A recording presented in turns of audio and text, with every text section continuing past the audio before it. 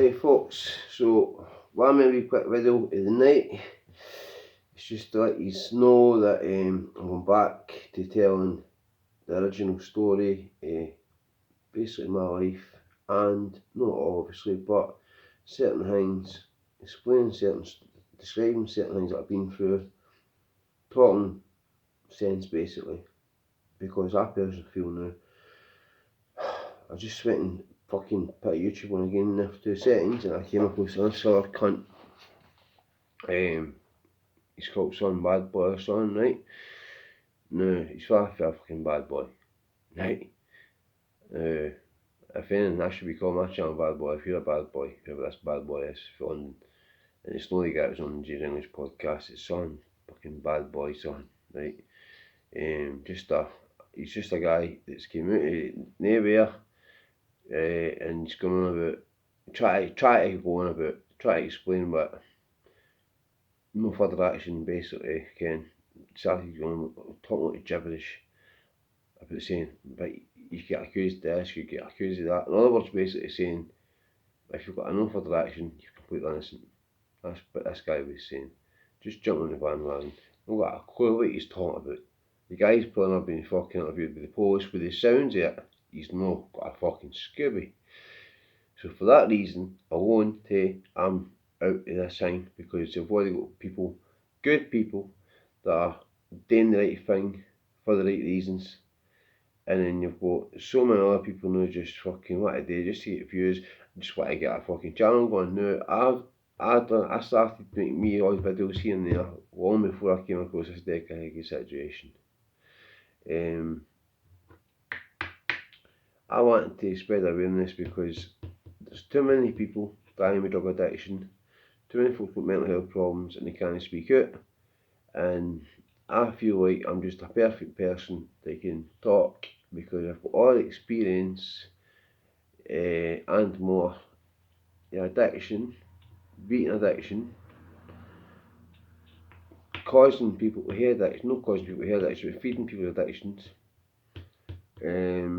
And then, but I was a young boy, right, very, very young, and I came into a lot of money at a young age. I lived a high life, and I've seen a bit of everything you can really think of, and more. And for me, it's always sitting here, or standing here, sitting down, crouching down, whatever the fuck you want to say. It's a miracle that I'm not a vegetable. It's a miracle that I'm still alive to tell my story. And there's not enough people, I personally feel there's there's not enough professionals. I mean, I can remember a nurse telling me that we've got the worst mental health team in Scotland. I'm not bringing any mental health worker down here when I say that. I don't think the nurse meant it in the words either. I mean, we've got the worst. I think what she means is, like, there's just not enough. And you want to be through it to understand it. Or if you want to like help people, see when you've got the experience and you've done it and you've seen it, you've seen the damage it's causing, they're always the best people that can talk or talk to. Now, there's not really much stuff that you could talk to me or ask me about that I'll not really know when it comes to one, living in that world, living in that life. I always went by their laws, their rules, streetwise, street rules. But now, when I turned 30, obviously, up until I was 30, it was everyday addiction for 12 years, for 12 years age. And like I say in a video, I didn't realise I was an addict because I was just constantly putting white powder up my nose, non-stop, ounce for ounce, every single week, for about a kilo a fucking month. And I saw the damage that it done to me, I saw the damage it just done in my life in general, and other people's lives. I was friends with people that, I'll give an example, a man from Edinburgh, I was close to this guy. He had millions, he had shops everywhere today, and the new fucking, I see the difference of the last 2 decades. Bearing in mind, I've only lived 3 decades, and I've seen a huge drill. 2 decades at the free, I saw how much drugs have changed, how much drugs have changed people. The new Titanic drug that's doing everybody, it's crack cocaine. This man's for Edinburgh is a prime example. You could say that I'm a bit an example after the amount of money that I lost for it. This guy living and went to prison, and his wife fucking bought every single thing he owned because everything was in their names. He came out to nothing after doing a 15-year sentence. I'm sure it was Commander's on basically third man handling. And if you wonder what third man handling is, it's an import from one company to another company to another company.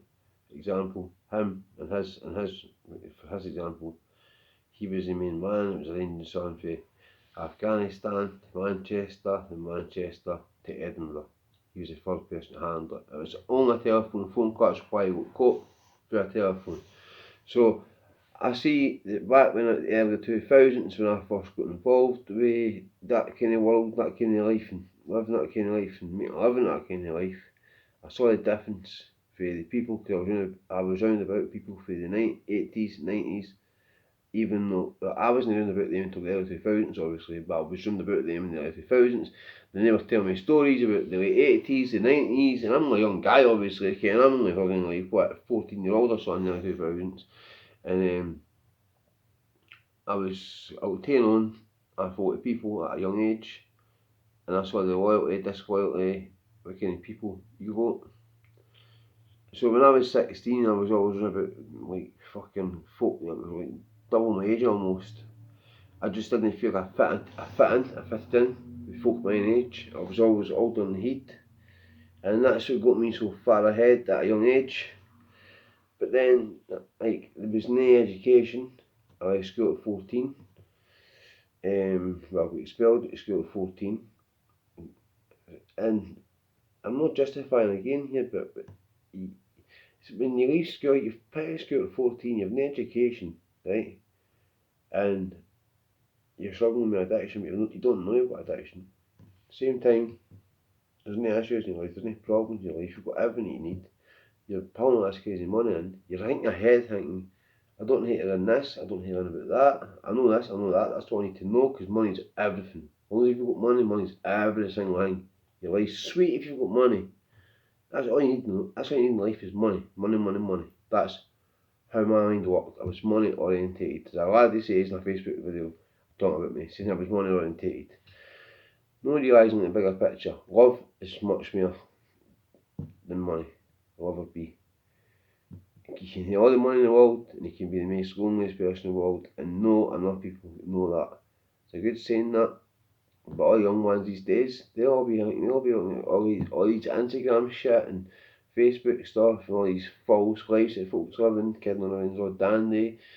And I just personally feel like I can make a difference in some people's lives by explaining some of the shit I've been through, or talking about some of the stories and telling people certain things.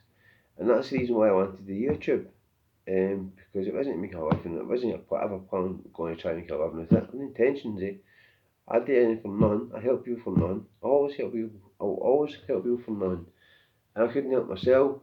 But the reason it's taken me to do this is at 27 years of age, I visualised.